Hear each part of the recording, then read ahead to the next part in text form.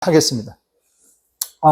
오늘 강의도 마찬가지로 저번 주 강의가 제가 이제 까라바쪼 했죠. 까라바쪼는 원래 이제 제가 호크니에 대해서 이제 예술과 역사에 대해서 얘기하려고 미리 이제 그 공부를 해놓고 이제 그걸 나름대로 슬라이드로 다 만들어졌는데 아시다시피 이제 예술의 전당에 갑자기 이제 까라바쪼가 와서 그걸 보고 난 뒤에 보니까 현존하고 있는 지금 현재 대한민국에서 이렇게 전시하고 있는 것들에 대해서도 어느 정도 이제 여러분들한테 약간 시사성으로 봤을 때 강의해야 될 필요성이 있어서 이제 급조로 해서 이제 까라바쪼에 대해서 얘기를 했고, 까라바쪼만 한 게 아니라 거기 이제 같이 연결되는 바로크에 대해서 전체적으로 한번 제가 이야기 드렸죠.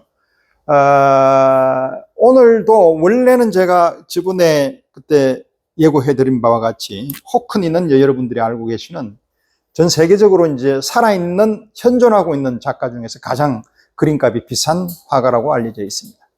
그분은 또 특히 잘 알다시피 실력적인 측면은 거의 검증이 돼 있는, 그리고 나이도 상당히 이제 거의 1930년에서 40년 정도 나이시니까 여러분들이 좋아하시는 루시앙 프로이드라든지 아니면은 프란시스 베이컨하고 이제 같은 동시대를 살았던 런던 스쿨의 하나의 멤버이면서도 상당히 거기에 대해서 액티브하게 생각을 가지고 있는 영국의 구상화가의 어떤 전통의 명목을 가지고 있으면서도 똑같이 절로 미국의 로스앤젤레스에 가서 팝아트를 그대로 전수를 해서 그걸 두 개를 믹스해서 그 여러분들이 잘 알고 계시는 첨벙이라는 그런 그림들을 그리셔서 그게 이제 현존하고 있는 작가 중에서는 상당히 이제 most expensive한 그런 그림으로 알려져 있습니다. 뿐만 아니라 그림에 관련되어 있는 철학이나 미학은 지금 현재 여러분들이 이제 현존하고 있는 화가이면서 비평가를 자처하는 분이 이제 몇 분이 계시는데 그 중에서 탑이라고.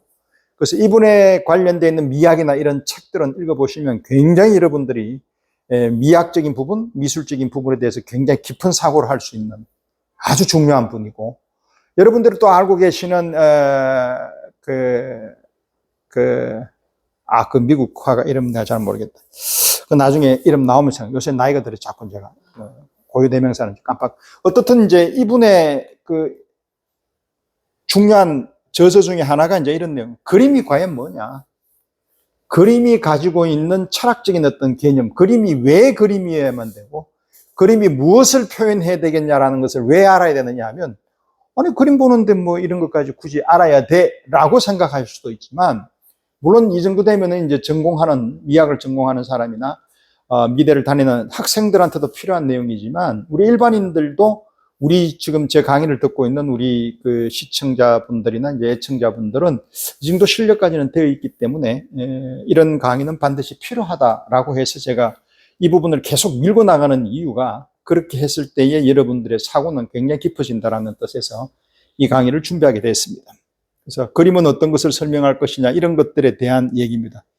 그 여러분들께서 아시다시피 이제 그림보다 글자가 많아지게 되면 딱 그림 강의 시간이 한 30분 넘어가면 조용해지면서 이제 아주 이렇게 뭐라 그럴까, 이렇게 침잠으로 빠져 있는 다른 데 어떤 그런 이 지하의 세계로 들어가는 듯한 느낌이 들어서, 그래서 이 되게 깊어요, 이 사람이 이야기하는 포인트가. 그래서 이 부분은 반드시 하고 넘어가야 된다. 그래서 이 부분을 어떤 식으로 설명을 할까 하고 있던 터에 이제 되게 글자가 많아요, 이 내용이.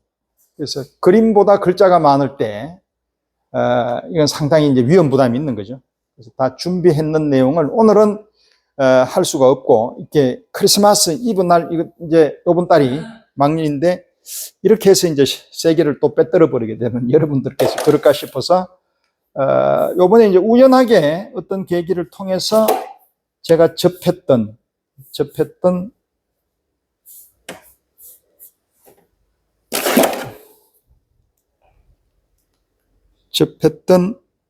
내용이 이거였습니다.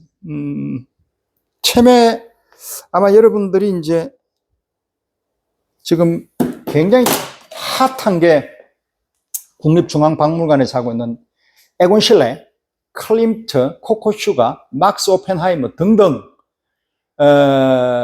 비엔나, 오스트리아의 드리밍 아티스트라 그래가 꿈을 꾸는 아티스트. 그거는 뜻이 클림트가 먼저 문을 열었고 그 뒤를 이어서 그 꿈을 후대에 오는 오스트리아 표현주의라고 얘기를 해요.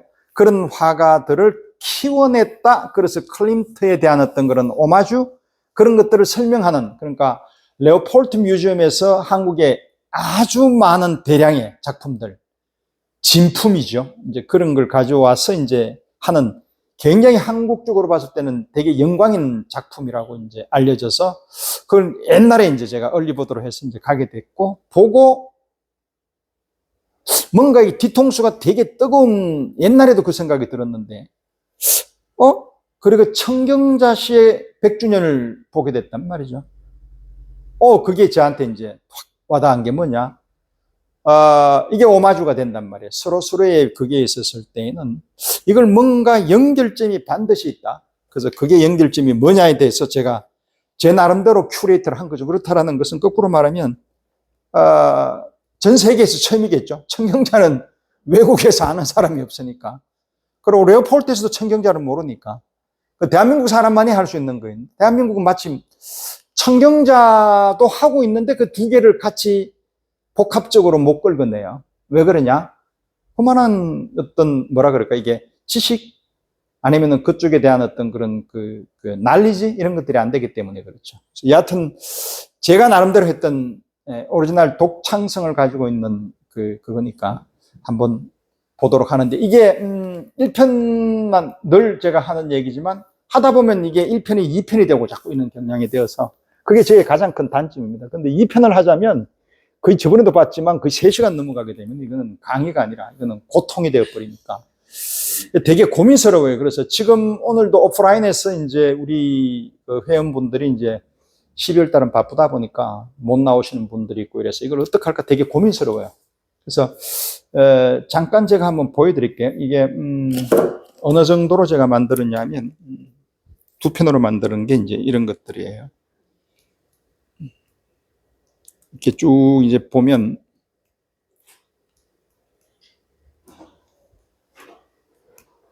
끝 장면이 이거예요. 그래서 이제 여러분들이 이제 가지고 있는 그 생각들, 클림트에서 코코슈가, 에곤 실레는 누구든지 간에 다 좋아해요. 근데 청경자하고의 그림이 어떤 식으로 관련되어 있느냐에 대해서는 알 수 있는 것 같은데 모를 수도 있고, 그래서 그걸 제가 한번 엮어내 봤어요.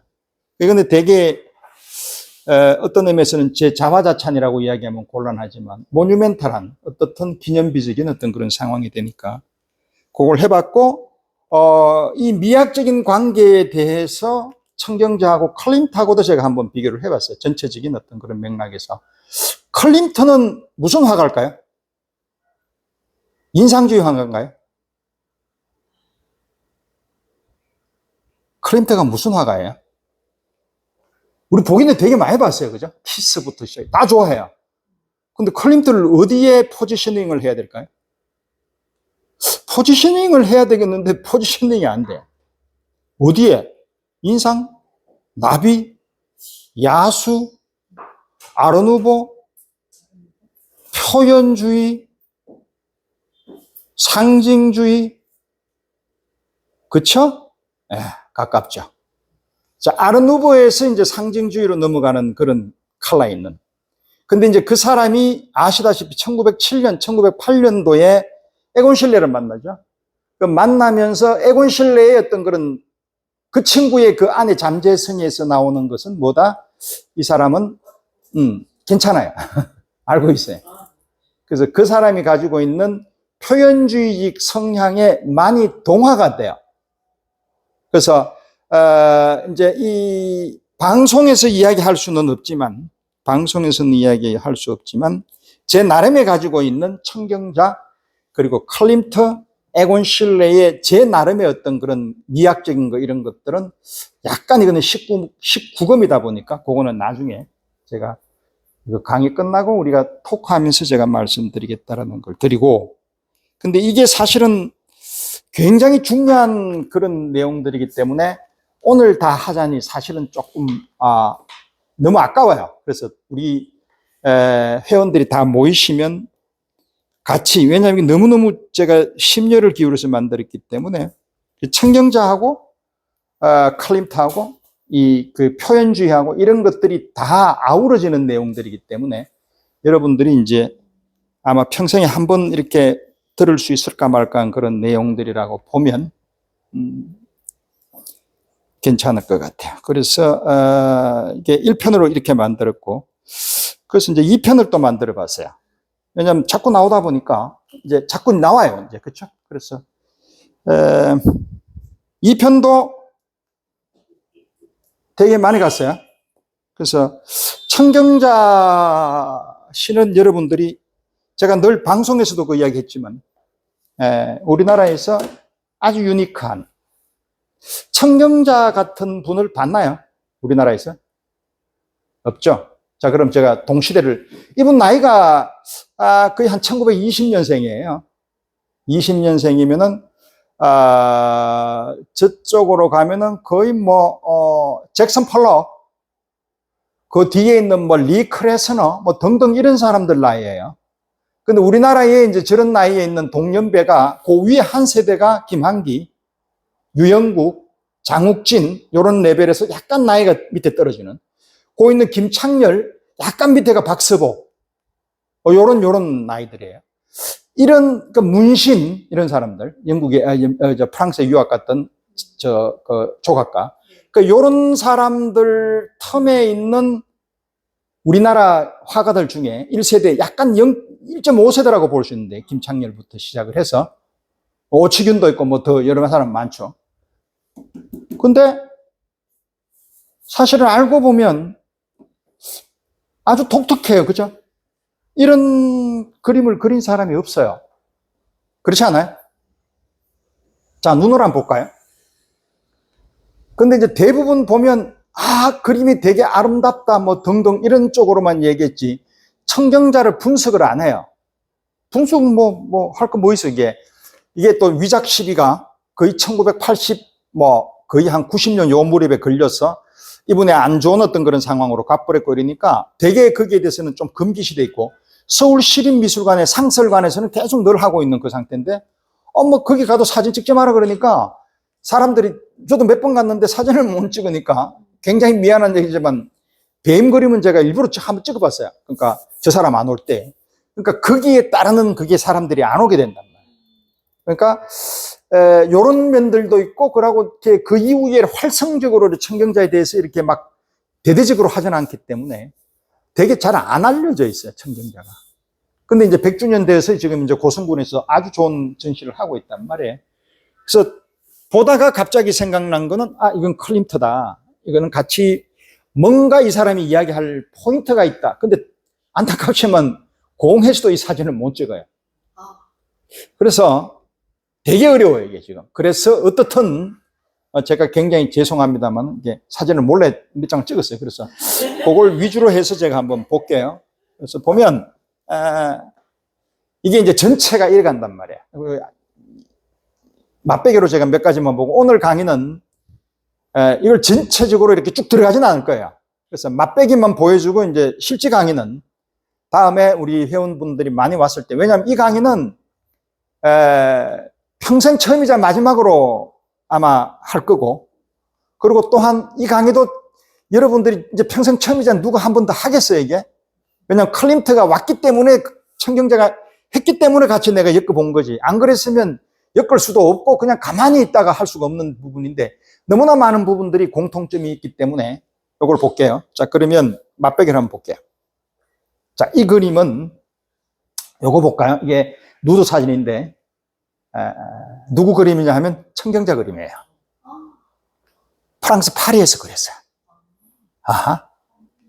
그러니까 청경자가 원래 1924년인가 25년, 그건 제가 헷갈려요. 아무튼 그 사람이 잘 아시는 에피소드, 결혼 두 번 했다, 이런 거 이야기하지 마세요.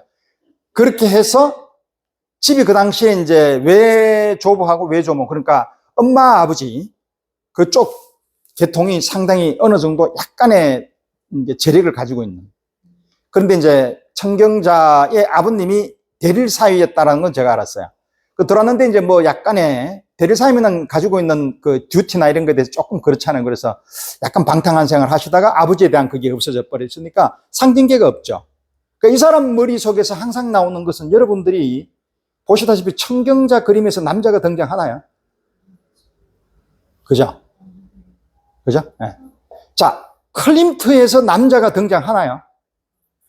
되게 드물지만 초기 때 있어요. 자, 그걸 이제 유념하세요. 자, 청경자 그림에서 그렇게 해서 이 사람이 일본을 가요. 동경 여자 대학. 그때는 일본도 제가 저번에 강의하려고 그러다 안 했잖아요. 일본도 일본화가 있고 서양화가 있었어요. 처음에 일본화가 먼저 만들어질 때에 일본화를 먼저 만드는 게 아니라 얘네들은 원래부터 1500년도에 벌써 이미 포르투갈이 저쪽 마카오 있죠. 거기에 둥지를 털 때 일본에서 에도 시대에 있는 막부 애들하고 벌써 컨택이 되어서 불교에 대한 어떤 그런 것들이 너무 횡포가 심하니 일본에서 카톨릭을 받아들여요. 그때 등장한 사람들이 예수의 소속의 신부들이 와서 바로크 그림을 그리는 것을 일본에 전수를 해요. 그러니까 일본은 굉장히 서양화를 빨리 봤어요. 그리고 구로다 세이키가 굉장히 빨리 그때 제가 이야기했죠. 그러면서 이제 일본의 미술은 급격하게 발전을 해요. 그때 동경 그 예술대학이 지금 현재 우에노공원고 뒤쪽에 있죠. 그 출신들은 고이동 이런 1900년대 전의 사람들, 이인성이 등등. 근데 이때 사람들 그 이후에 김한기, 이중섭 이런 사람들은 동경예술대학에 들어가지 못해요. 그때는 막아버렸고 그 다음에 나오는 대학에 동경에 있는 제국대학교 등등 있었고 그 다음에 이제 나오는 게 동경여자대학교. 여기는 주로 이제 일본화 그리고 이제 모든 것들이 같이 이제 이루어지는. 근데 청경자의 서성이 프랑스에서 공부를 했는데 이 야수파 이런 쪽에 굉장히 뛰어난 사람이었어요. 그래서 청경자가 그 당시에 그림 그릴 때 채색에 대해서도 굉장히 관심이 많았지만 꽃에 대해서 이 사람이 되게 천착을 했다라는 것을 어느 책을 통해서 제가 봤어요. 그 청경자는 그렇게 해서 하다가 이제 왔어요. 1944년, 5년도에 한국에 왔는데 어디로 가겠어요? 바로 그냥 집이 고흥이니까 광주에서 교편 생활을 했죠. 그럼 그때 그림에서 나오는 그림들이 이제 막 나오기 시작을 해요. 그때 그림을 보면 대부분 다 보면 우리 김기창 화가의 어떤 거를 우리 옛날 그 약간 그런 그림들 있죠. 그 숲속에서 등등. 그 다음에 내가 보여드릴 테니까. 그때 그림은 청경자 그림이 아니네. 그때 드로잉도 청경자 그림이 아니네. 라는 것이 여러분들한테 눈에 띌 거예요. 그래서 그 시기를 지나고 나면 김한기가 실력이 괜찮은 사람이거든, 이 사람이. 왜냐면 특선도 하고 숲에 있는 그 그림의 고양이를 안고 있는 그것은 그 김기창 화백의 한국화에 비슷한 냄새가 난단 말이에요.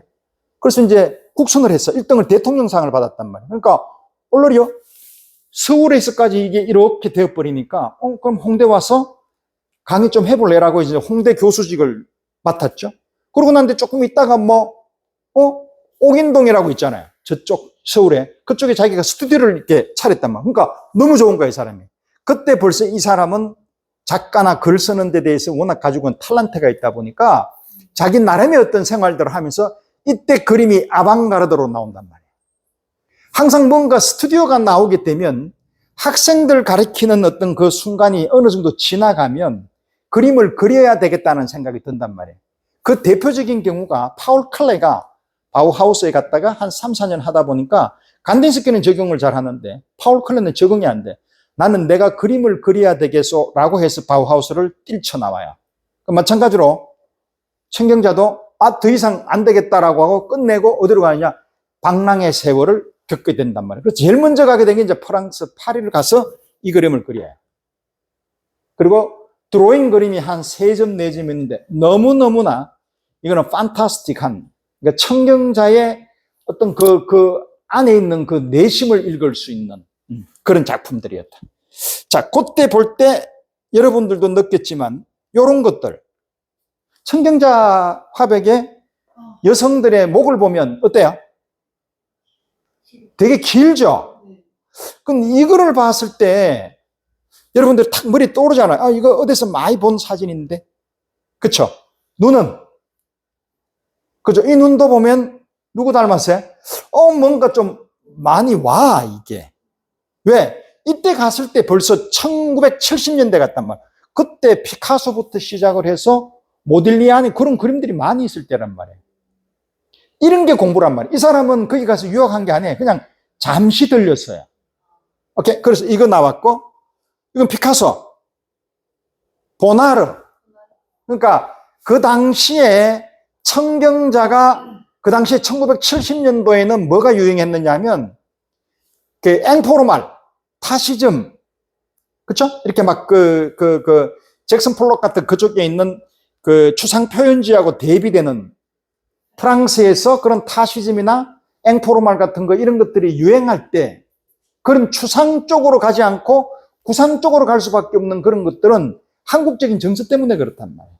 대한민국 사람들 중에서 그래도 론도하고 이제 유행국이나 그 사람들은 신사실파라 그래서 어느 정도 기하학적인 추상을 그리잖아요. 김한기가. 그거 빼놔놓고는 우리나라에서는 그렇게 기하학 추상보다는 대부분 구상으로 갔다. 근데 이인성이나 고이동에서 내려오는 그 굵직한 줄기에 그걸 절대로 거슬릴 수가 없었다는 거죠.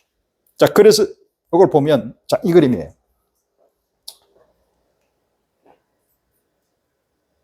요거 보면, 이게 청경자 드로잉 같아요. 상상이 안 가잖아. 근데 이 사람이 새로, 물론 일본에 가서 드로잉을 배웠겠죠. 그렇지만 이렇게까지는 열심히 안 했겠죠. 근데 이런 것들은 많은 어떤 노력으로 인한 것보다 이거는 거의 어느 정도 경지에 올랐던 사람의 드로잉이란 말이에요. 선이 몇 개 안 나와요. 이건 앉아있는 건데 이거는 왜 그러냐면 찍으면 안 되기 때문에 찍다가 내가 초점이 흔들려서 잘 안 보여요. 나중에 한번 찾아보세요. 프랑스에서 그렸던 남자 누드 좌상이에요. 요거는 누워있는 여자의 좌상이에요. 근데 보면 이 느낌은 굉장히 역동성이, 청경자 그림에서 역동성이 있나요? 없어요. 그죠? 얼굴 초상이나 이런 거 보면 역동성 별로 없어요. 근데 프랑스 가서 이 사람은 역동성을 느낀 것 같아요. 그 안에 꿈틀거리는 어떤 뭔가 있던 것 같아요. 그렇게 남도에 이게 뭔가 흐르는 그런 한 같은 거, 한에 관련되어 있는 내용은 여기서는 지금 이야기 드리지만은 제가 알고 있는 이거는 한은 아닌 것 같고 청경자시에 다른 어떤 것들이 꿈틀거린다라는 것을 나중에 말씀을 드려볼게요. 동의하든 동의하지 않든 어떻든. 자, 이런 식으로 그림을 그리는데 이 가만히 보면 자코메티의 드로잉도 생각이 나죠. 그렇죠? 네. 자, 이런 것들이 있었고, 자, 이거 볼게요. 요거는 굉장히 정적이에요. 그죠? 이게 뭔가 묵주나 염주를 가지고 있는 어느 안악내의 팔레트에 앉아있는 그 모습이에요. 근데 중요한 거는 드로잉의 어떤 그런 간결성이 굉장히 돋보이지 않아요? 그러니까 이건 얼핏 보면 마티스의, 그죠? 드로잉하고도 많이 비슷하고.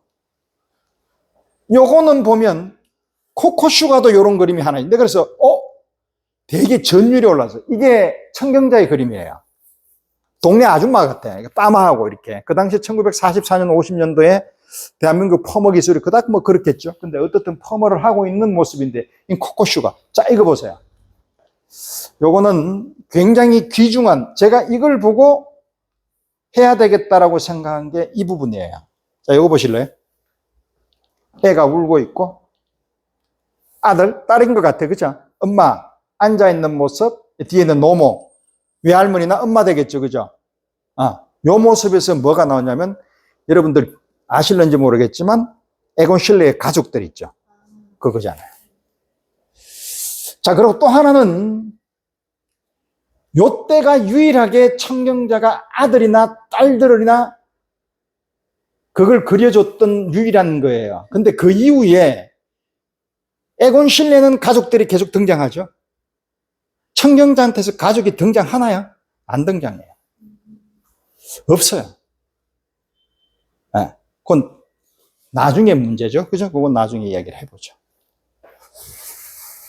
그래서 이런 식으로 이제 전개가 된답니다. 볼까요? 자, 이건 누구 그림일까요? 샤갈. 요거는 많이 봤는데, 호들러. 둘 다 심볼리즘. 그쵸? 오케이. 심볼리즘은 제가 나중에 한번 해드릴게요. 심볼리즘. 요게 아마 서울시립미술관에 들어가자마자 상설관의 2층인데, 오른쪽으로 들어가면은 뱀 그림이 있고, 그 앞에 배 그림이 있어요, 배. 요게 배 모양에서 나오는 어떤 그런 게, 배 모양이 아니라 이 남자가 이 생선을 들고 있는 그 모습이거든요. 근데 약간 보면 비현실적으로 약간 심볼리즘의 상상주의에 약간 가까운 듯한 그런 약간의 초현실주의의 어떤 그림을 그렸어요. 이게 어디냐면 옥인동에 옮기고 난 뒤에 1970년대니까 이제 그 프랑스나 이쪽 스케치 여행 떠나기 전에 그때 그림 그렸던 거 몇 가지들. 요런 시기들이 있단 말이에요. 그러니까 이런 그림은 나중에 제가 이제 그 초기 때에 이 청경자 그림을 보여드리면, 이 사람이 청경자 그림 맞아? 라고 할 정도란 말이에요.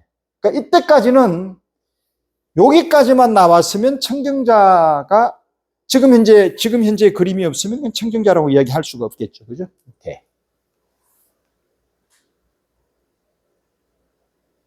여기 볼까요? 클림트. 오케이. 사이프러스. 그쵸. 자, 이게 사이프러스가 다 다르죠. 그죠? 클림트의 사이프러스하고, 고흐하고 클림트가 나이 차이가 한 5, 6살밖에 안 나요. 1862년생, 이 사람은 1853년생. 그러니까 거의 뭐 그 정도 동년배라고 해도 돼. 근데 그 클림트 나중에 좀 이따 갈게요. 어떻든 이제 이렇게 돼요. 자, 또 하나, 또 메시지는, 호들러의 그림에서 보면 여러분들이 패럴리즘이라 그래서 평행주의라고 이렇게 춤추는 댄싱 같은 이런 게 많이 나왔죠. 자, 그때에 중요한 게 이 손의 어떤 포지션, 손의 액션, 손의 행위들이에요. 근데 이건 누가 오토딕스죠, 그죠? 손의 모양들을 굉장히 강조하죠. 이건 누구냐? 막스 오펜하이머를 에곤 실레가 초상화로 그려준 거예요. 근데 나중에 이제 막스 오펜하이머는 요번에 미술관에서 왔어요. 자기 초상화를. 거기에 봐도 이 손을 되게 강조하는데, 이 손을 강조하는 것은 그 당시에 철학이나 이런 쪽에서 이 손이 자기의 내면적인 것을 표현하는 상당히 중요한 하나의 메시지고 하나의 액션이다라고 이야기를 했기 때문에 얘네들이 굉장히 그쪽으로 많이 봤다. 그러면 클림트는 이런 동작이 안 나오는데, 클림트는 에곤 실레보다도 거의 한 18살 정도 나이가 많은 사람이에요. 그때는 벌써 이미 이 사람이 연걸었던 시절이고, 클림트는 에곤 실레는 1890년생이니까 세기 말을 사는 사람이었죠. 그럼 1890이라 그러면은 피카소보다 나이가 많아요. 그럼 피카소보다 나이가 많은 정도에서 넘어가는 사람들은 거의 좀 있으면은 이제 그 초현실주의가 나오는 그런 시절이에요, 프랑스는. 근데 여기는 초현실주의가 없으니까. 그렇지만 이 사람들한테는 뭐가 있었느냐 하면, 지그문트 프로이드가 꿈의 해석을 언제 하느냐면 1897년에서 1900년대에 해요. 꿈의 해석이라는 건 뭐냐면 무의식이라는 거죠. 그죠? 무의식이라는 거, 이드. 저쪽에 제가 빨간 거 항상 늘 이야기했던 빨간 거, 실제계. 그리고 이쪽에 있는 슈퍼이고, 상징계, 초자아, 무의식. 요 사이가 에고, 자아. 요거 두 개를 잘 컨트롤 해주는 거. 이 무의식이 이제 나왔단 말이에요. 그러면 이때까지 계몽 사상은 합리적인 이성에 관련되어 있는 걸로 서부 유럽을 온통 뒤집어 엎었잖아. 모든 철학자들이 이성에 대해서만 이야기했잖아요. 이걸 하게 되면 무조건 괜찮아지고 도덕관, 선관, 윤리관, 종교관의 모든 게 이걸 설명을 했단 말이에요. 근데 그게 무너지기 시작했단 말이에요. 뭐 때문에? 두 개. 1번 막시즘, 자유경제, 이건 나중에. 2번 다윈, 용불용설. 그러니까 하나님이 합차기를 딱 만들어가지고 딱 했던 게 늘 변하지 않게 오는 게 아니라 센 놈은 살고 안 그러면 죽는다 이 말이에요, 그게. 그러니까 뭐야, 다양성이 있고 이거는 누가 만드는 게 아니네 라고 얘기해요. 그러니까 우성주의, 똘똘한 놈이 이 밑에 놈들을 없애도 된다라는 식으로 나치가 이용할 수 있는 게 이거잖아. 다윈. 이거는 이제 과학적으로 설명하는 내용보다도 더 굉장히 센세이션을 일으킬 거야, 정치 경제적으로. 그죠? 그런 현상들이 만들어지는 시기가 지금 시기란 말이에요. 그러다가 니체가 이때까지 있었던 이성에서 상징계에 있는 파란 거에서 빨간 거로 가자라고 얘기한단 말이에요. 모든 철학을 다 부숴버려. 그 망치의 철학자라 그러잖아. 그런 시절이었단 말이에요, 이제 이게. 오케이? 그러니까 내면의 생각에 비합리적인 어떤 그런 감정이나 이성들이 등장했습니다라는 것을 내 안에 있는 감정을 통해 가지고 표현한단 말이에요. 그게 지금 시기였다. 세기 말에. 특히 여기 오스트리아는 그런 나라였다. 자, 요거 오늘 1시간까지만 딱 하고 끝낼게요. 자, 요거는 잠시 접어놓고 다음에 시간 되면 청정자하고 크림트, 에곤 실레 전체 흐름에 대해서 한 번 더 해드리도록 하겠습니다. 오늘은 처음에 들어가는 인트로만 계속 하도록 하겠습니다. 보신 분 있으신가요, 여기?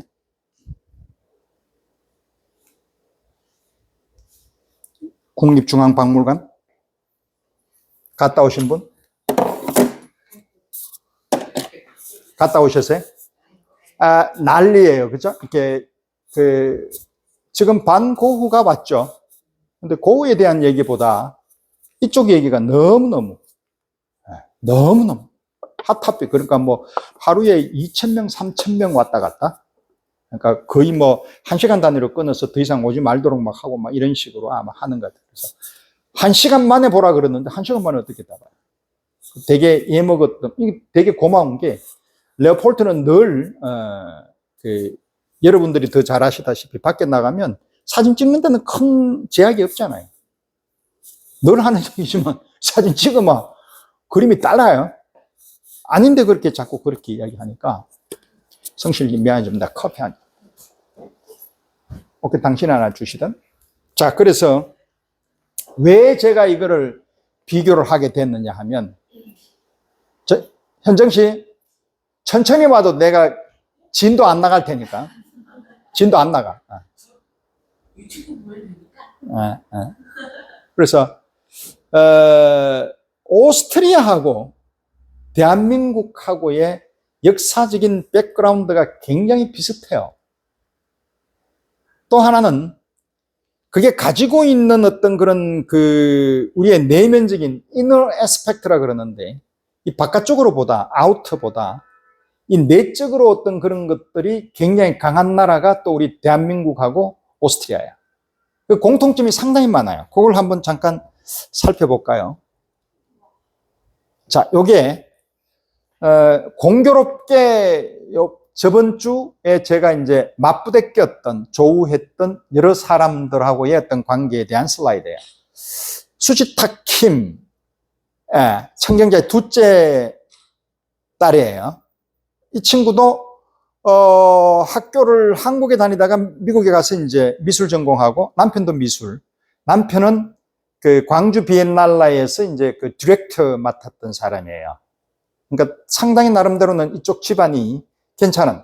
첫째 딸도 미학을 해서 지금 미국에 있는데, 그분은 지금 현재 갑자기 소식이 없고, 지금 둘째 딸만 지금 나와서 얘기하고 있는데, 위작이나 이런 얘기에 대해서는 하지 않겠습니다. 그거는, 별로 도움이 되지 않는 내용이기 때문에 저하고는 강의하고. 그래서 그거 말고 이제 이 사람이 100주년을 통해서 이제 청정자를 발굴을 해서 자기가 이제 이렇게 큐레이트 한다라는 것 자체는 우리가 굉장히 존경하고 박수 쳐야 될 부분들이잖아요. 어떻든 우리 소비자들은 그 그림을 볼 수 있다라는 것 자체, 꽁꽁 싸매는 것보다, 그보다 좋은 건 없으니까. 이분이 이제 큐레이터를 맡았고, 이 사람은 레오폴트 지금 관장이에요. 이 사람이 강의를 했어요. 개막 강연을. 여기 아마 다음 주 월요일 날 또 강의를 준비하고 있대요. 그러니까 되게 재밌어요, 이 동네가. 그래서 그때 내가 뭔가를 질문하려고 했던 부분이 오스트리안 익스프레션하고 저머니 익스프레션하고 어떤 차이가 있느냐라는 걸 물으려고 그랬는데 앞에서 뭐 이상한 얘기를 해서 제가 기회를 박탈당해서 묻지를 못했어요. 그래서 다음에 가게 되면 그 사람한테 그 부분을 한번 강의했던 장면이고 이거는 팜프렛이에요. 자, 그러면 오늘 제가 말씀드리려고 하는 부분이 이겁니다. 자, 아까 전에 있었던 크림트가 아르누보를 통해서 빈분리파라는 걸 만들었어요. 자, 빈분리파가 나오게 되면은 여러 분리파가 독일하고 오스트리아에서 만들어져요. 알고 계시는 미넨 분리파가 있고, 빈 분리파가 있고, 베를린 분리파가 있어요. 그럼 파리 분리파는, 런던 분리파는, 암스테르담 분리파는 없어요. 왜 없을까요? 생각 안 해봤죠? 왜냐면 다른 데는 안 만들어주니까.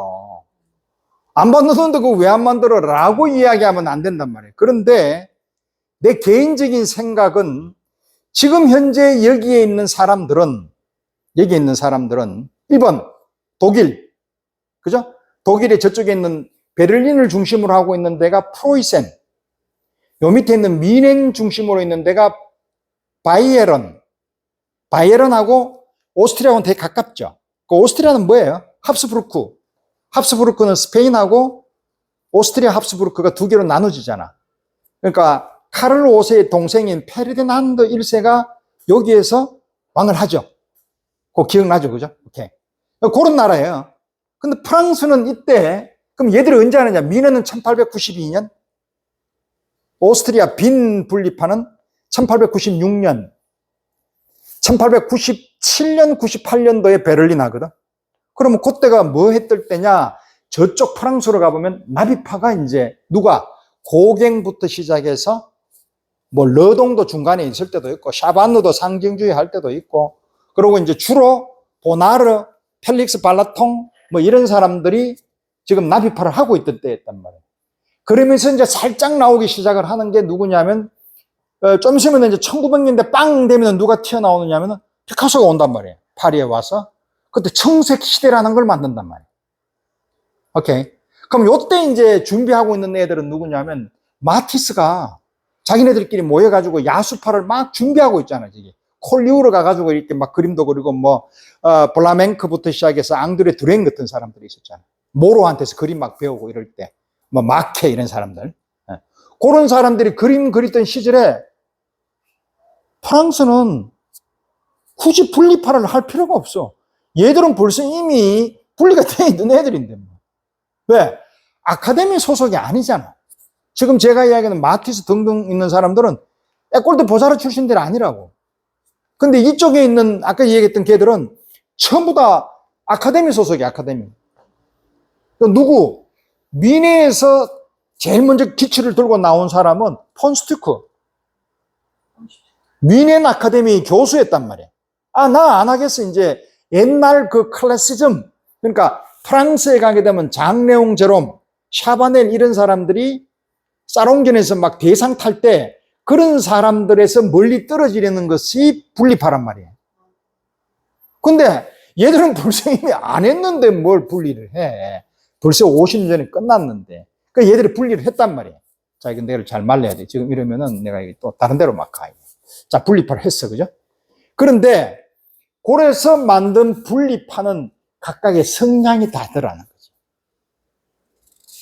빈 분리파는 뭘 했느냐 하면, 자, 폰스투크 그림을 봐봐요. 막 이 뱀 나오고 막 난리 나잖아, 이 사람 그림. 그죠?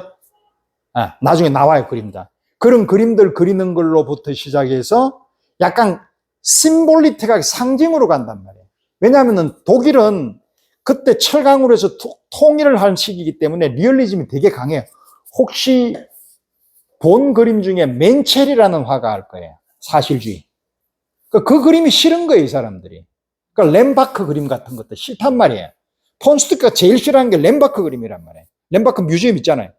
렘바크 그림 말고 이제 뭔가 조금은 다른 쪽의 그림을 그리겠다라고 했던 그림들이 있는데, 비엔나하고 이 미네는 달라. 얘들은 소속이 오스트리아잖아. 그러니까 오스트리아의 역사에 대해서는 잠깐 넘어갈게. 이게 하면 또 여러분들이 되게 싫어한다. 자, 오스트리아 여기 있어요. 오스트리아 바로 서쪽에 뭐가 있어? 바이에른 미넨이 있어요. 자, 독일을 한번 그려볼게. 요렇게 해서 요렇게 된다. 요거 체코슬로바키아, 바르샤바, 요쪽에 있는 슬로바키아, 그 슬로베니아인이 있겠지. 자, 그러면 옛날에 신성 로마제국 페르디난드가 오스트리아 합스부르크 할 때는 땅이 요 땅이 아니라 이까지 다 땅이었단 말이야. 폴란드까지. 베를린이 그 당시에는 베를린이라고 얘기했지만 원래 프로이센은 여기 조금밖에 없었어. 근데 얘가 이제 자꾸 커지면서 이렇게 만들어진 거야. 하노바, 이쪽으로 쭉 올라가면 덴마크 나온단 말이야. 작센주하고 뭐 이런 것들. 여기는 이제 프랑스, 이쪽에는 미넨, 전체가 이게 독일이잖아요. 이게 나중에 되어서.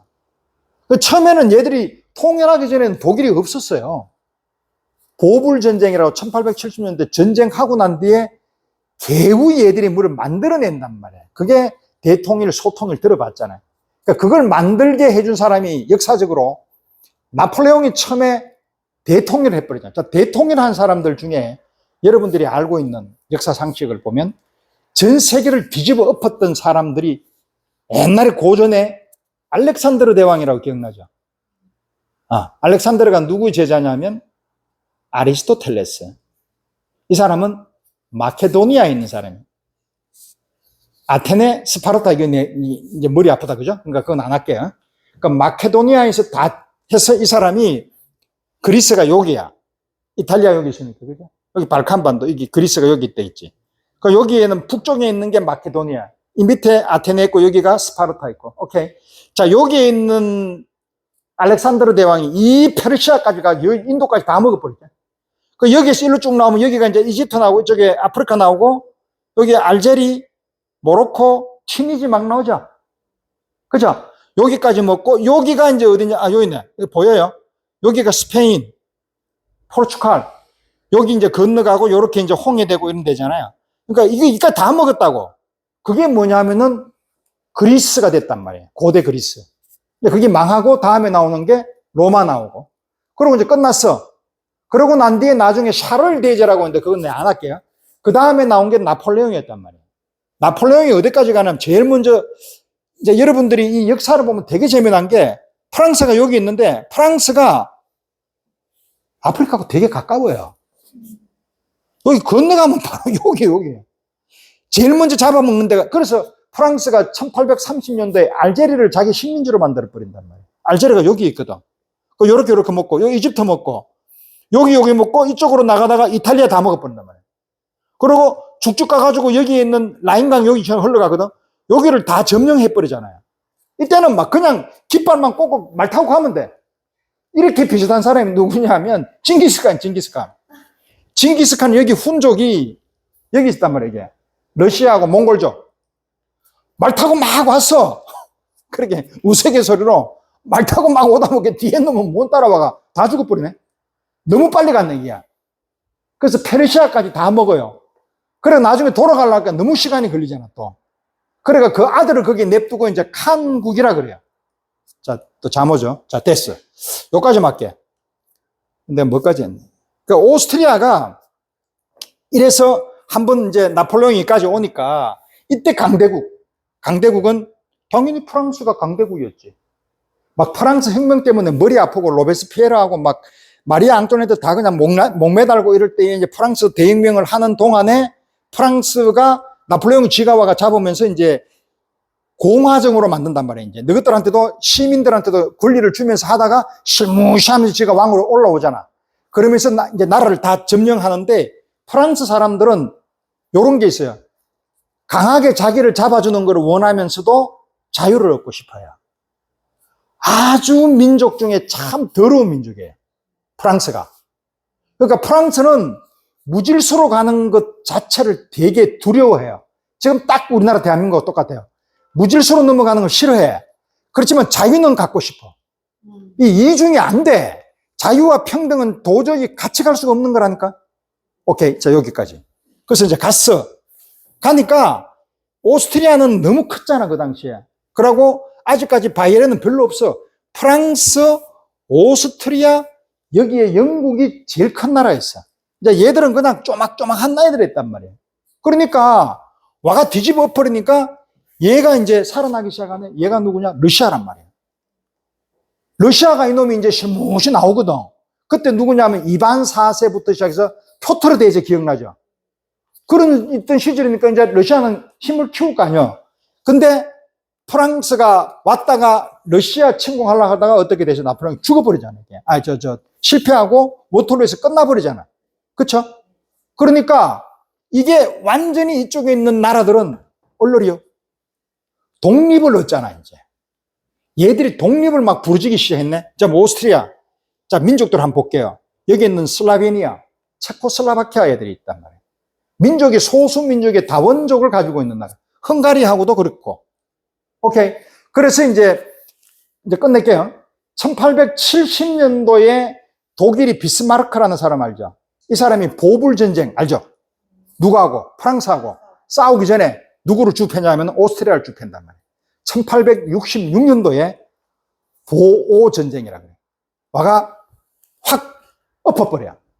그 엎으면서 이 주위에 있는 땅들을 지가 조금 가질 거 아니에요. 그러면서 얘는 그렇게 하면 이 주위에 있는 애들이 따라올 거 아니에요. 이제 자기 그 주위에 자기한테 힘도 없고, 그래서 이제 맞서는 오스트리아하고 맞서려고 그러면 다른 놈들이 지 옆에 붙을 거 아니에요. 오스트리아하고. 왜냐하면 지가 얘 밑에 있는 속국들은 얼마나 지가 피 마르는 그런 것을 독립하고 싶겠어. 근데 저쪽에 있는 프로시안이 덤벼주니까 고맙잖아. 그 위에 막 붙는 거야. 그게 누가? 폴란드부터 시작해서 등등. 근데 폴란드는 이 러시아가 또 잡아먹으려고 막 덤비네. 그건 나중에 알면 되고. 그래서 이쪽에 있는 오스트리아는 그때는 쉽게 말해서 결론은 뭐냐? 되게 시끄러웠단 말이에요.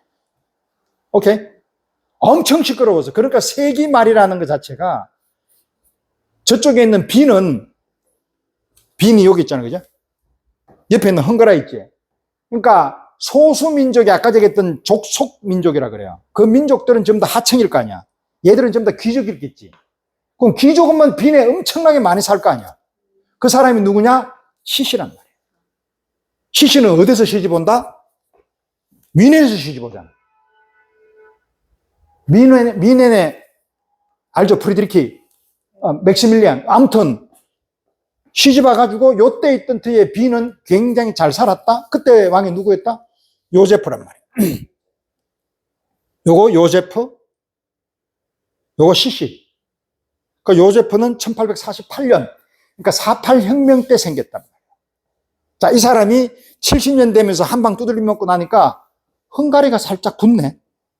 독립해. 이러니까, 조금만 참아. 그러니까 67년도 그 다음에 두드려 맞고 난 뒤에, 야, 내 잘해줄게. 자, 왕은 내가 하고, 너희들 국내법은 너희들이 하고, 나도 국내법 하는데, 뭔가 대외적으로 전쟁하면 도와주자. 요렇게 이제 체결한다. 그래서 오스트리아 헝가리 제국이라 그런단 말이에요. 그걸 알아야 이제부터 빈이 된단 말이에요. 이게. 오케이? 그래서 오스트리아 가본 사람은 느끼겠지만, 다양한 인종들이 살잖아. 그쵸? 오스트리아 빈 가보셨죠? 가보면은, 민족이 어때요? 사람들이 다양한 사람들, 관광객들 말고, 거기에 있는 정착민들도 다양해요. 이제 이거는 오스트리아하고, 그 프로이센하고 전쟁했던 거. 그래서 한번 그렇게 됐고. 이게 이제, 그러니까 요제프가 그래 되고 나니까 뭔가 새로운 어떤 건설을 해야 되잖아. 헝가리한테도 그렇고, 이렇게니까. 그 당시에 1870년대 전쟁 일나고 났는데 나폴레옹 3세가 오스만 남작을 통해 가지고 파리를 대개 오스만 그 건축 양식을 만들잖아요. 마찬가지 이 사람들은. 근데 오스만 건축 양식은 현대 건축 양식이잖아. 아파트처럼. 근데 B는 노. 요제프는 뼈속 깊숙한 누구다? 왕이잖아. 마지막 왕이잖아. 물론 자기 밑에 다른 왕이 하나 있었지만 시시의 남편인 안변의 마리 테레지아 누구? 앙투아네트 엄마. 그 사람 스타일로 그대로 200년 전에 있는 바로크나 이런 양식을 그대로 이렇게 만들어낸단 말이에요. 그러다 보면 궁이 되게 많이 생겼지. 지금도 빈 가보면 그대로 살아있죠. 근데 오스트리아가 망했는데도 불구하고 지금 돈은 많이 벌어요. 관광 수입. 프랑스보다 더 많이 벌잖아, 얘들이. 그럴 거 없는데. 뭐가 있어? 그 집에 뭐 기술이 있나? 그냥 궁전하고 이런 거. 근데 안타깝지만, 죄송한데 여러분들은 내 욕에도 할 수 없어. 나 안 가봤어요, 빈에. 그 어떻게 생긴지 몰라. 그냥 인터넷으로 봤어요. 그래서 이게 오페라 극장이래요. 그럼 그런 국장을 많이 생기고 그 거리들이 이렇게 환상의 거리라는 게 있다며. 그 프랑스 파리처럼 이렇게 이제 개선문부터 제가 이렇게 사통팔달되어 있는 그 상황으로 되면은 그런 궁전들이 만들어질 때 뭐가 필요해요? 벽화가 필요하잖아. 그 벽화가 필요한데 그 벽화를 그려준 사람이 클림트란 말이요. 클림트가. 17살 때.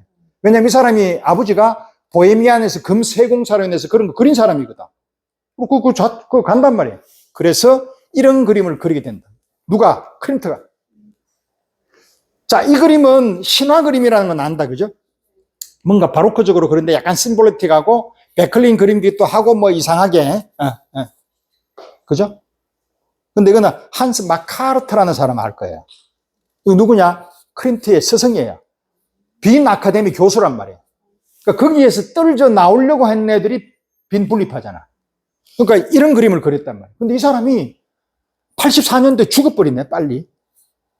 그러니까 지 밑에 제자들한테 그림을 모아줄 거 아니에요.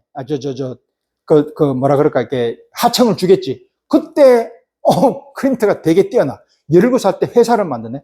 지 동생 에른스트 아구스트도 화가잖아. 그 얘가 일찍 죽어버리. 왜냐, 그 집 사람들은 뇌에 뇌출혈을 가지고 있는, 제 생각에는 뭔가 약간 선천적인 뇌병이 있단 말이에요. 죽었어. 어떻든. 근데 클림트도 코로나 때문에, 스페인 독감 때문에 뇌출혈로 해가 죽어요. 어떻든. 요런 그림을 그렸던 사람인데, 요런 그림을 그리네. 누가? 클림트가. 자, 요거 그림 보면, 이건 아무튼 왕족이고, 이거는 오스트리아 쪽에 있는 그런 그림. 약간 보면은 무슨 냄새가 나요? 스페인 냄새가 나죠? 옷이, 그죠? 그건 당연하지. 합스부르크니까. 오케이. 요 목 칼라고 이런 것들은. 요게 이제, 클림트 동생, 에른스트. 요렇게 그렸어요. 그래서 이제 비엔나에서는 요렇게 돼요. 자, 볼까요? 이게 폰스투크예요. 폰스투크에서 얘기를 이제 미넨 분리파를 만들어서 1892년도에 이런 식으로 이제 분리되어 나와요. 누구한테서? 렘바크에서. 미넨 아카데미에서 교수가 렘바크 그런 아카데미 소속들이잖아. 요렇게 그리고 이런 식으로 심볼리틱한 어떤 그런 것들이 나오죠. 이 뱀을 보세요. 이 뱀은 청경자 뱀하고 어때요? 다르잖아요. 자, 감히 평가하자면 요 뱀은 뱀인데 굉장히 뭔가 이렇게 좀 깊숙한 어떤 그런 것보다는 약간 이게 뭐라 그럴까, 이렇게 본질 아니면은 선과 악 이런 것들. 원래 뱀이라는 것 자체는 서양에서는 약간 플로팅하는 거예요. 그러니까 죽음과 삶, 그리고 선과 악에서 어디 가지도 못한 중간치기 역할을 하는 것을 뱀이라고 했고, 그리스 로마에서는 다산을 이야기를 해요. 여하튼 청경자의 뱀하고는 상당히 다른 어떤 형태가 나왔다. 자, 볼게요. 이 폰스투크예요. 스핑크스도 이런 식으로 표현해.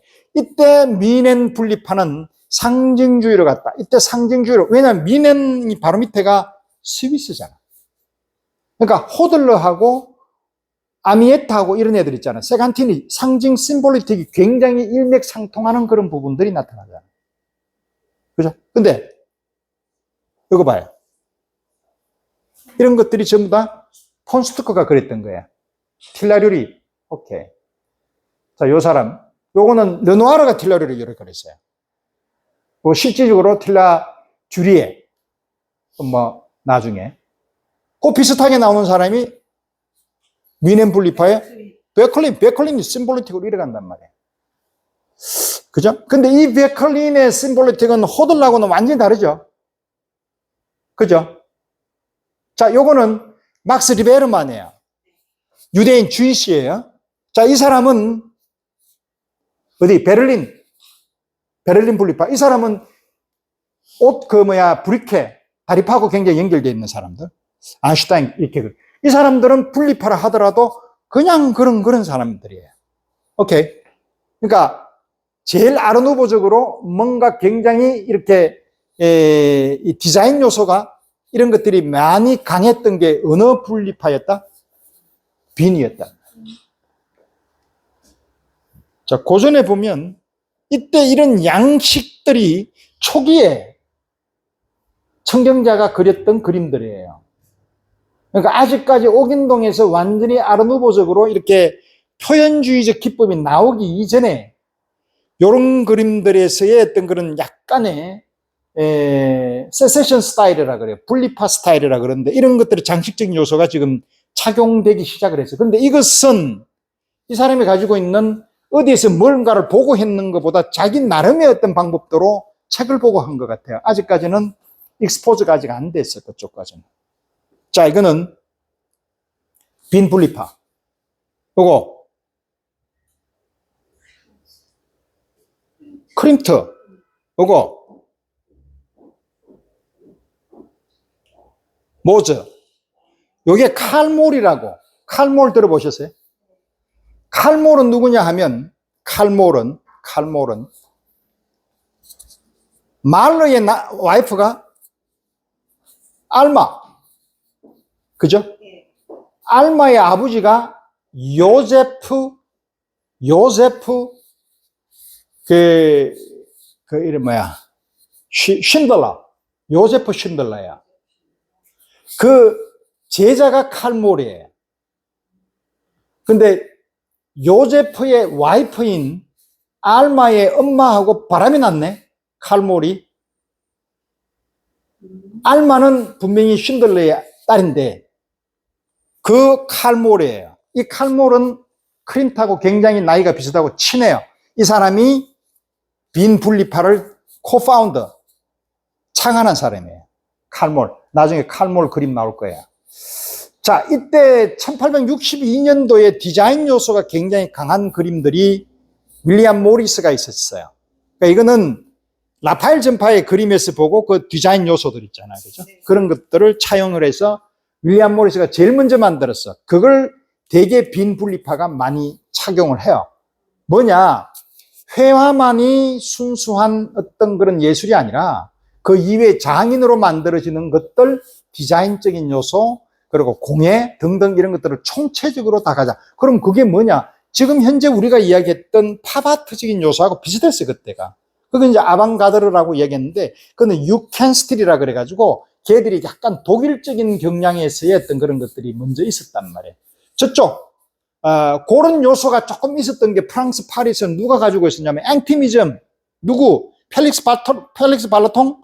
그리고 보나르, 비아르 이런 사람들이 보면 굉장히 장식적인 요소가 강했잖아. 같은 나비파라도로 에밀 베르나르하고 완전히 다르잖아, 고갱하고. 폴 세르지하고 이런 사람들하고는 그림이 달랐단 말이에요. 오케이, 그런 움직임이 여기서부터 만들어졌고, 자, 그럼 그 당시에 우리나라 아방가드르는 이 두 사람이 선도를 했다. 김한기 론도고, 이거는 유영국이의 이런 그림들, 기하학적인 거. 이때 잠깐 1930년대 한국에 와서 금방 좀 있다가 금방 없어졌어. 네, 금방 없어졌어.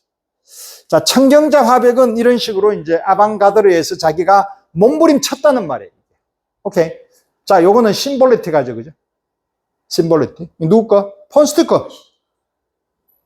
오케이. 청경자. 꽃기는 심볼리틱은 어디서 나오느냐 하면 제일 먼저 효시가 로맨티시즘, 낭만주의. 누구? 들라크루아. 그때 있던 보들레르, 바이런, 키츠, 이런 사람들의 시에서 이렇게 영감을 얻었어. 이렇게 됐다. 자, 어떻든 보면 이때 이 사람이 벌써 심볼리틱에 대한 뭔가 자기만의 꿈틀거림이 있었다라는 거죠. 강인한 의지를 그렇게 표현했다 그러는데 그거는 제가 조금 다른 생각. 자, 어떻든 이 사람은 그런 강인한 것들을 자기 눈으로 표현을 했고 내면으로 바라보는데 그 내면의 어떤 눈들을 표현을 했다. 자, 요거는 딸이고 삽이고 그림의 형태를 보게 되면은 약간 익스프레셔니스트의 어떤 그런 것들이 엄마가 가지지 못하는 익스프레셔니스트를 딸은 가졌다. 근데 그 여자도 나이가 그렇게 되면은 그렇게 이런 구상으로 가지 않을 텐데 그럼에도 불구하고 미국에서 공부했는데 이 사람은 자기 피 안에 있는 DNA가 이런 구상적인 요소가 상당히 강하지 않았겠느냐라고 생각합니다. 이게 초기 그림이에요. 이게 대통령 상 받은 거예요. 자, 이거는 여기에서 보면 김기창 화백의 어떤 그런 것들, 동양화 중에서 약간 한국화, 채색 한국화라고 하는 부분들, 이런 것들이 나왔다. 이런 것들은 나중에 이제 말씀드릴게요. 이거는 심볼리티. 이것도 어떤 모양으로 봤을 때 굉장히 꿈틀거림이 있었지만 상당히 다르다. 그렇죠? 심볼리즘이. 자, 이 꿈틀거리는 어떤 그런 것들이 이 원리 이 안에 있는 뱀에 쓰였던 그런 형식인데, 뱀은 그런 식으로 아까 해석을 했고, 초기 작품의 풍경화예요. 아직까지 서울로 올라오기 전에, 홍대 교수가 되기 전 광주 시절에 있었던 고흥과 왔다 갔다 하고 있을 때 이런 그림들. 누구 그림? 마티스, 르동, 비아르, 브라크.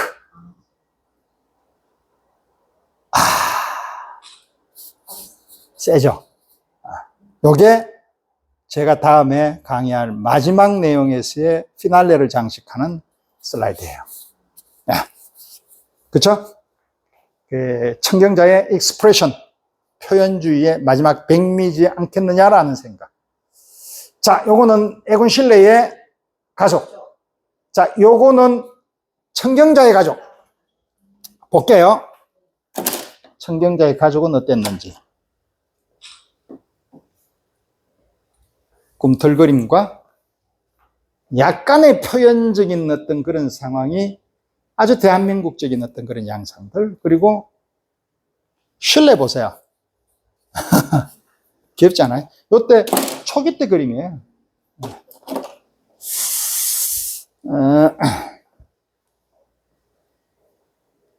자, 요거 청경자.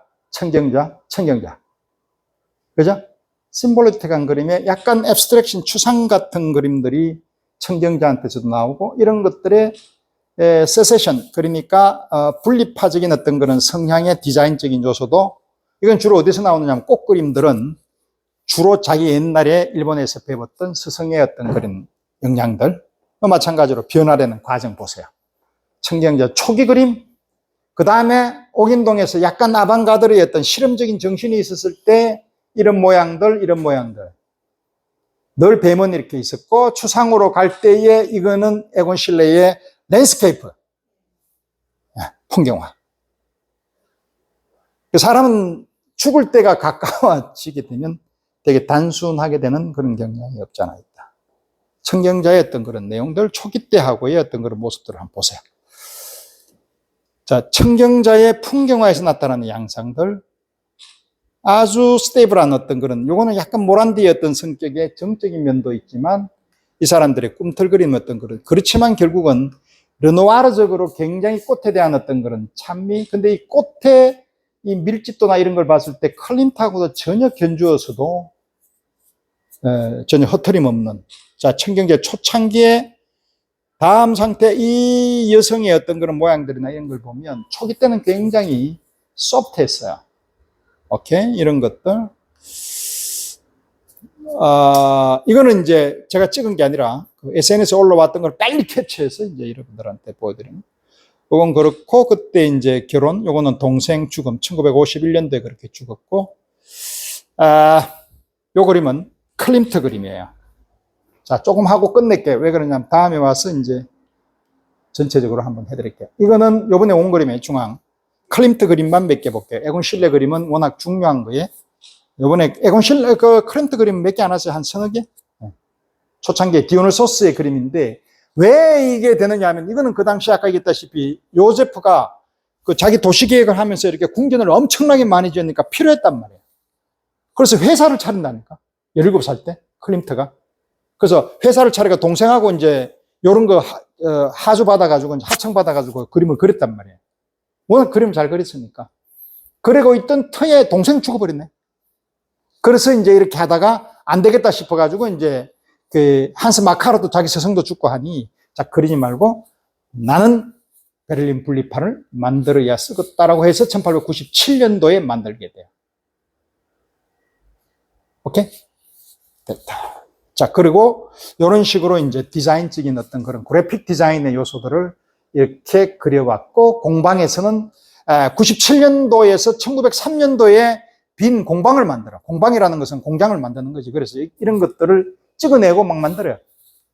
이게 와인잔이래요. 되게 심플하고 1903년, 4년대 작품들이니까 지금으로부터 120, 30년 전. 이런 것들. 코코슈가도 이제 같은 베를린 분리파에 갔는데, 이 참 재미난 게, 처음에는 이런 애였단 말이에요.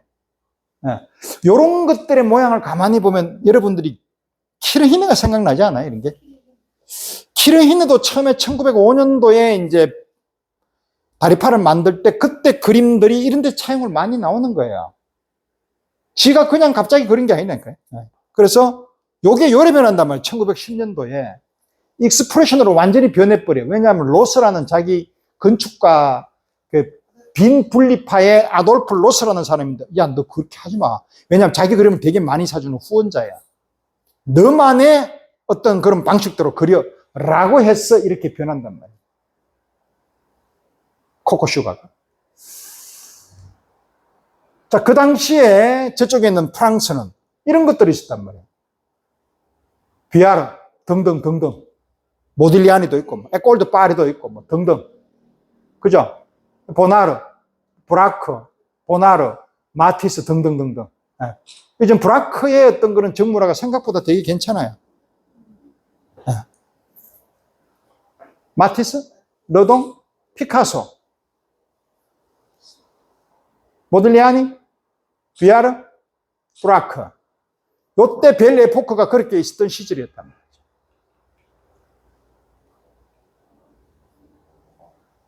자, 요거는 코코슈가. 우리의 청경자. 청경자. 슐레. 청경자. 지금 갖다 놔도 거의 비슷할 정도로. 청경자. 요거는 오스트리안 익스프레션 어떤 그 이름 잘 모르는 사람. 게르스털. 요거는 크림터. 크림터가 초창기에 베를린 분리파를 만들고 24회강 그 정도로 전시회를 해요. 그만큼 열정이 있었던 거지. 그때에 이 사람은 되게 뛰어난 게 제일 그 당시에 제일 잘 가르쳤던 데가, 왜냐면 1897년, 98년, 1901년, 2년, 3년도에 제일 핫토픽한 데가 프랑스였죠. 걔들 데리고 와서 그림을 많이, 에드워드 뭉크부터 시작을 해서 마티스까지, 야수파까지, 나비파까지 굉장히 많이 볼 거 아니에요. 그러면서 고울을 본단 말이에요. 아까 저 봤잖아, 저게. 사이프러스 비슷하게 올라가는 나무. 고울 거란 말이에요. 그리고 이런 그림들은 가만히 보면 붓질이 굉장히 클린트 치고는 이런 그림 안 나와요. 인상파 그림이란 말이에요. 이런 그림들이 되게 비싼 거예요. 왜냐하면 없으니까. 클림트가 그리는 인상파 스타일로 그림을 안 그리니까. 이렇게 그리는 이 스트로크 보세요, 이게. 그죠? 어떻게 보면 이거는 르노아르 같단 말이에요.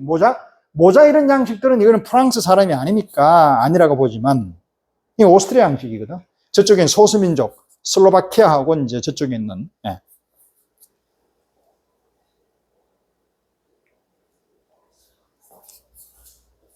요거 실내가 자기 집에 하녀 일하는, 글쎄요, 뭐 하녀라고 이야기하면 좀 고나. 어떻든 초창기 14살, 15살, 16살, 17살 때 클림터. 자, 요 머리 보면 요런 스타일, 우리 브레타뉴 동네가 저렇잖아요. 약간 요건 또 헝가리 동네가 요렇대요. 그 왜 그런지 안 가보신 난 모르겠어요. 어떻든 요런 스타일이에요. 옷은. 요거 청경자. 나 처음에 이 그림 보고 알렉스 카츠인 줄 알았어요. 그리고 요 모양은 아시아나 스카프인 줄 알았어요. 아시아나 스카프. 이거 보세요. 이거 왜 흔들리냐면 그림이 요만해. 진짜 요만해. 근데 여기에 이제 그 그림을 감독하는 그 사람이 있더라고. 근데 내가 하나 착딱 하고 나니까 내 옆에 자꾸 따라내. 그래서 집사람 보고 뭐 이렇게 좀 어떻게 하니까 탁 찍었는데 소리 냈는데 흔들려 버렸어. 두 번 찍으려고 그러니까 탁 보더라고. 그래서 이건 안 되겠다 싶었어.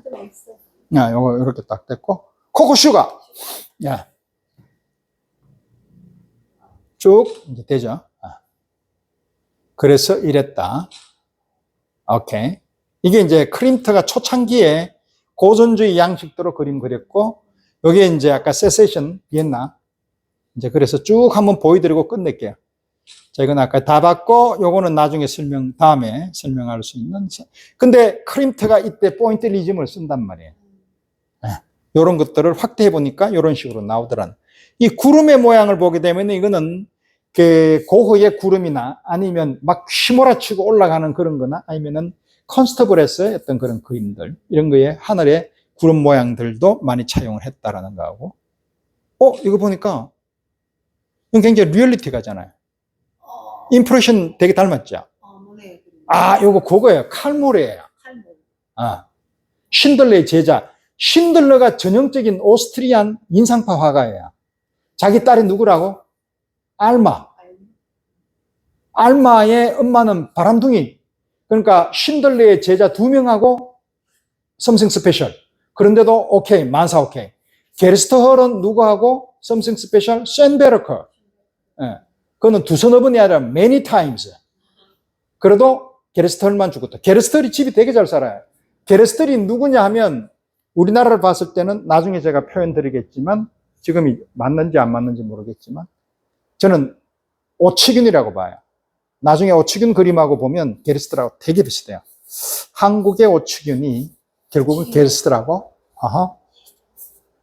닮았다. 자, 요것도 인상파적인 어떤 그런 요소들이 되게 강하죠. 요거는 어떻게 보면 모네의 어떤 눈도 생각이 나지만 꾸르베의 눈 오는 것도 되게 많이 닮았어요. 리얼리티하게. 요거는 클림트, 요거는 에곤 실레. 이때 벌써 이미 익스프레션이 되게 강하잖아, 에곤 실레는. 얘는 그림을 하나 그리더라도 젊었을 때부터 이제 이런 것들이 나오기 시작해.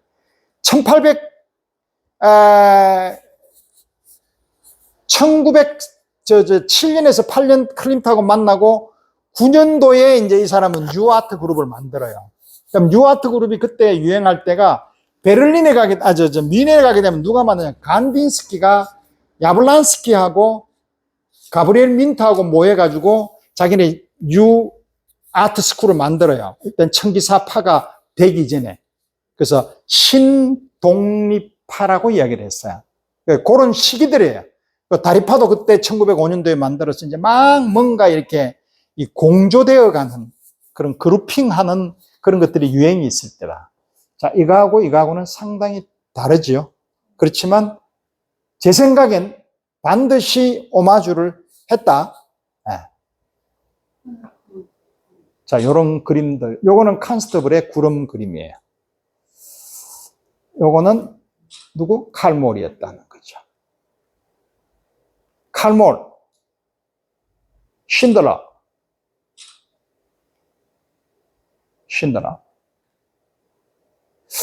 요것도 되게 인상파적인 거하고 같이 컴비네이션인데, 그러니까 저번에도 제가 그때 한번 말씀드렸는데, 우리가 그때 벨지움 임프레셔니스트 한번 했죠.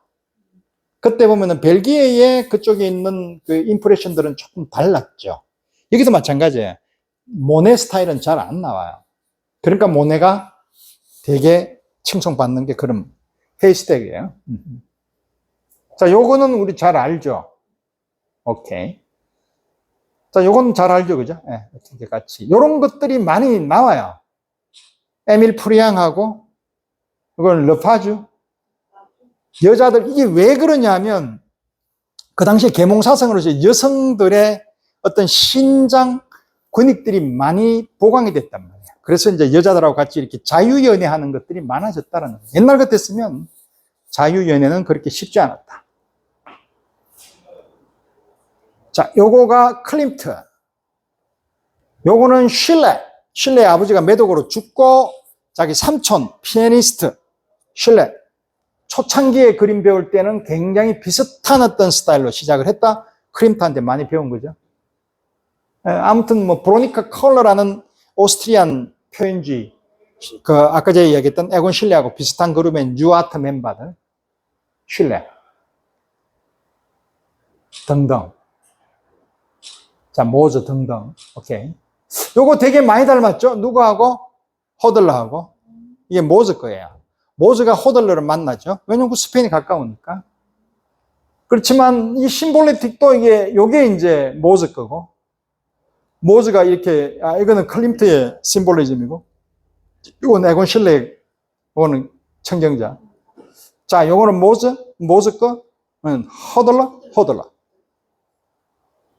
리엔츠라는 사람인데, 이거는 약간 맨첼 스타일이에요. 요거는 존슨과 서전트 같은 느낌도 들고, 여기까지 하도록 하겠습니다. 지금 슬라이드는 거의 한 3분의 1 정도 반 것 같고, 다음에 그대로 쭉 해서 뭘로 가야 되느냐 하면 다시 한 번 더 이제 잘 모르는 사람을 위해서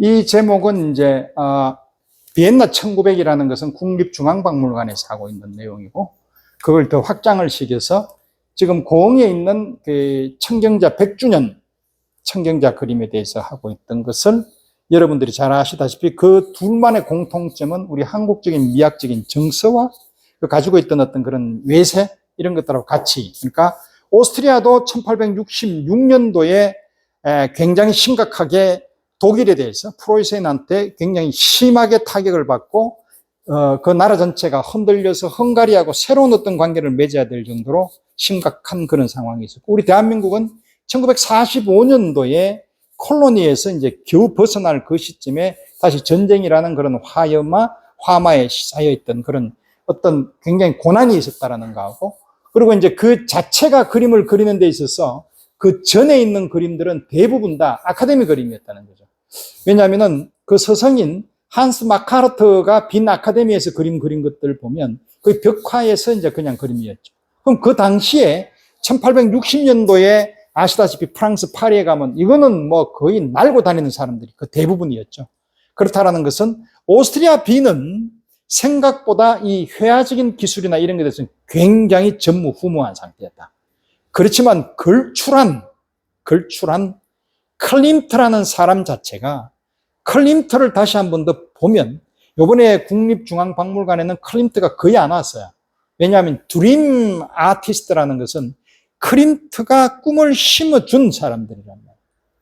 그래서 클림트는 빼버리고 레오폴트의 클림트 그림들이 많은데도 불구하고 안 가져온 이유는 거기에 따르는 어떤 다른 화가들에 대한 것들에 대한 얘기인 것 같아요. 근데 이제 아시다시피 우리 대한민국도 그 앞에 있던 그림들의 역사는 대부분 다 한국화에서 이렇게 신윤복부터 시작해서 김홍도에서 내려오는 것이었지, 서양화라는 것 자체는 일본에 접목할 수밖에 없었다는 거예요.